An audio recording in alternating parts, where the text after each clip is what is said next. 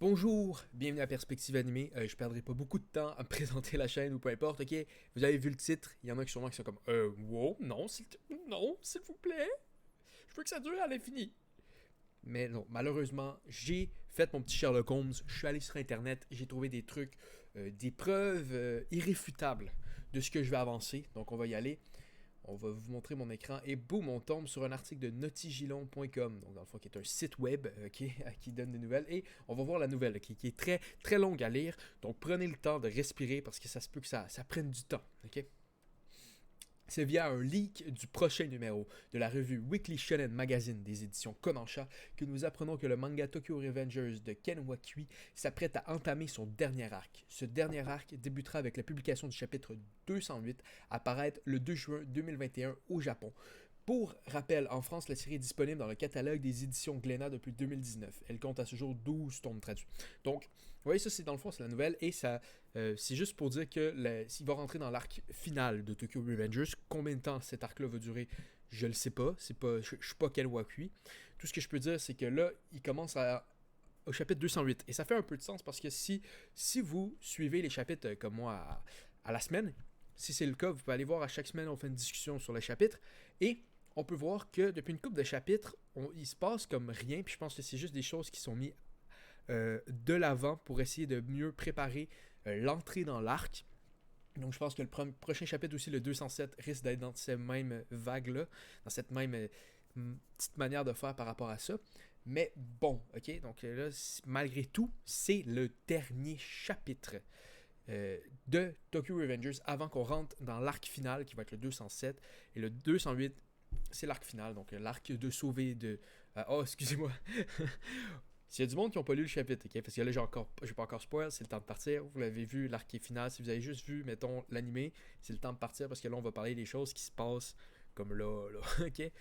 Bon, je vais vous donner le temps de partir. 3, 2, 1. Si t'es encore là, c'est ta faute si tu fais spoil. Donc, exactement, on peut voir que ça va être l'arc de sauver de Mickey.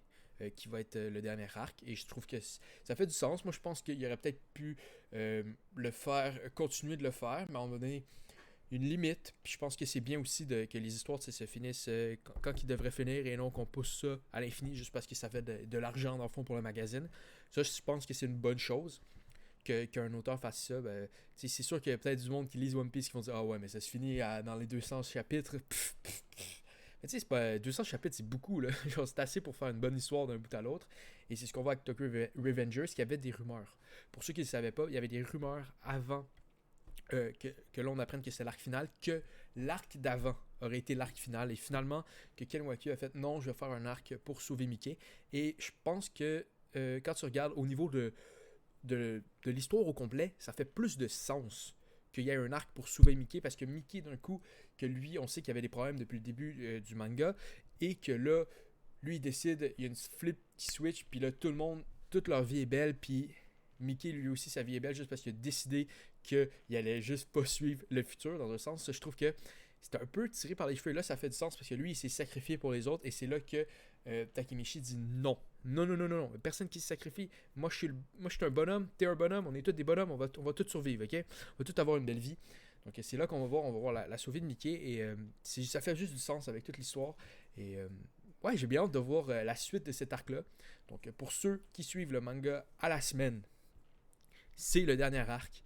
On n'en aura pas à l'infini du Tokyo Revengers, mais on va probablement.